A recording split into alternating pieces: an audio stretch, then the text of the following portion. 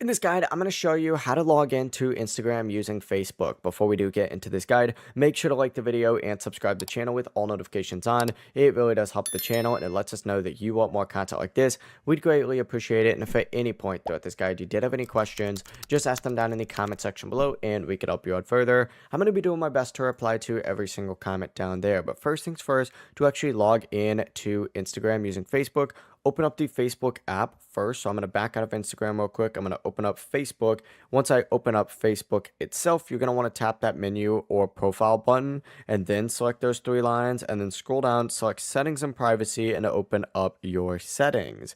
Up at the very top, go ahead and select Account Center once it loads. And once you're in your Account Center, look for the option called Logging in Accounts. If you scroll down a little bit, you'll see Manage Accounts. I'd recommend selecting that. On this manage account page right here, you're going to see add accounts. Go ahead and select add accounts. And essentially you can go ahead and add your Instagram account from here. Once you go ahead and do that, you can back out and just open up Instagram and you can just sign in with your Facebook account and it'll log in immediately.